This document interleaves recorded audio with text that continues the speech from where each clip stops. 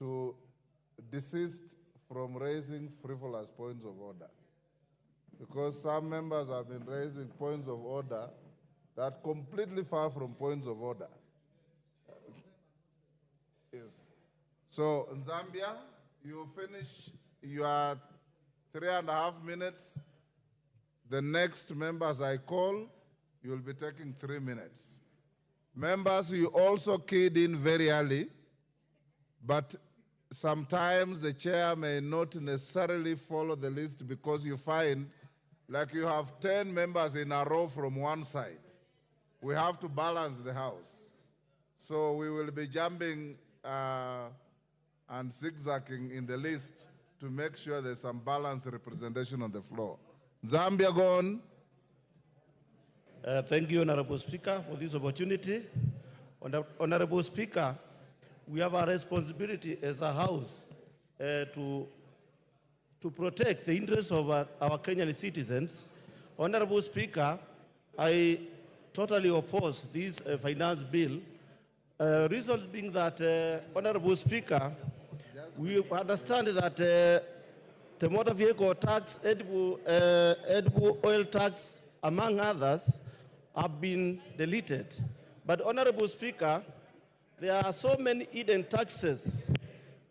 Honorable Speaker, when you talk of 7 shillings per liter in fuel levy, it means that the cost of production in the local industries will go up.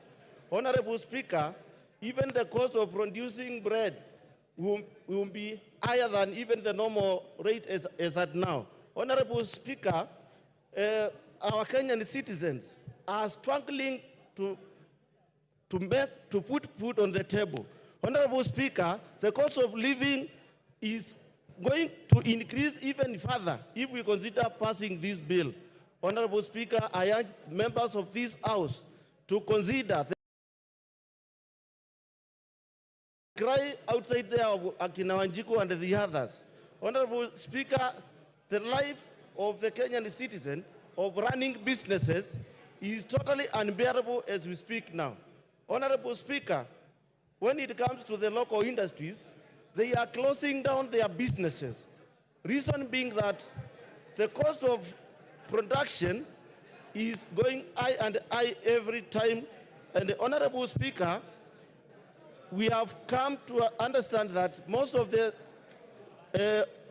industries are closing down, making it not possible to keep on employing more of the Kenyan citizens. And Honorable Speaker, when we talk of the NDF, there are so many hidden costs which the Kenyan, as a House, we should come out clear to make sure that the cost of living of the Kenyan citizens is bearable. Thank you, Honorable Chair, Speaker, and as the government. You can go and converse and come back. Give me time to hear what members are saying, and give those who want to listen to debate. Member for Mandera West.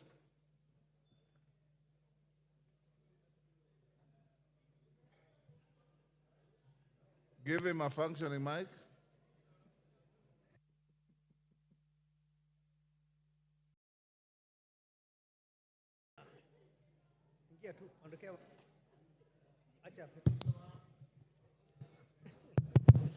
Thank you, Honorable Speaker, for giving me this chance to contribute to this very important bill that is in front of us. Mr. Speaker, sir, finance bill is an annual event. It has been done from the time Kenya was born up to this time. I personally, I think this is the 7th one I am contributing or participating in. And therefore, we all know that without finance bill, there will be no government activity. If you don't pass finance bill and allow the government to continue with its activity, there will be no government activities. And we all know that the government is there for the interest of the community, the larger community.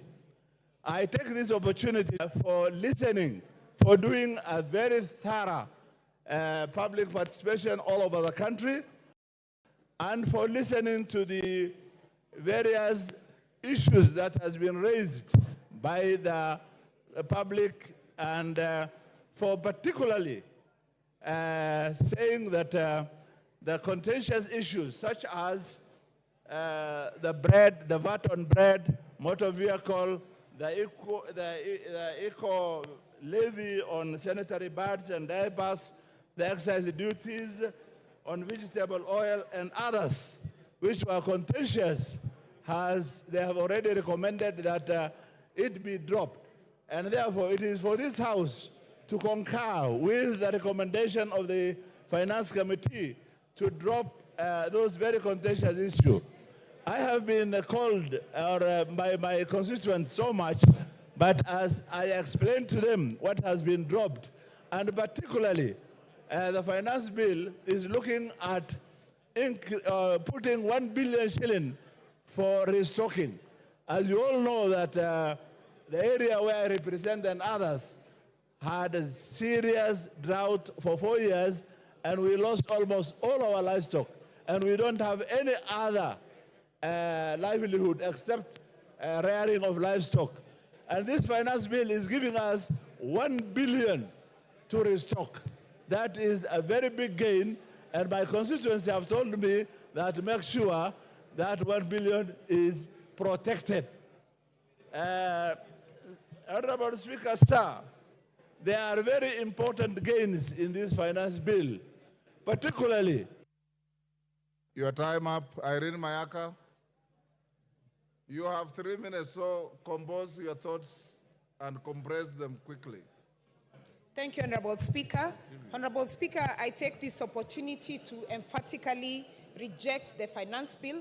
And Honorable Speaker, one of the things that I just want to say and make very clear is that we should not subject ourselves to the pressures that are being implemented by the IMF on funding conditions that they're giving to this country. Honorable Speaker, I want to thank the Gen Z and the people of Kenya because they exercise their rights under Article 1 and 2 of the Constitution, together with Article 37 of the Constitution. Honorable Speaker, in my quest to reject the finance bill, one of the things that I just want to say very clearly, I keep hearing members telling us that we need to start using locally manufactured sanitary towels, and especially to our male members. I just want to tell you, stop taking Panadols for our headache. Locally manufactured sanitary pads are not of good quality. You cannot expect young girls out there to use pads that will make them have infections and such like things. Honorable Speaker, some of the clauses that I really want us to look into and come and also reject is, for example, clause number 63 that talks about KRA having access to our information. Clause number 23 that talks about amateur sporting association being added additional tax. Honorable Speaker, some of the repercussions that we will have as a country if we continue with this finance bill is that we are making our investment climate to become a very unpredictable one. We will make our country not be and have appetite for investments from foreign investors and local investors.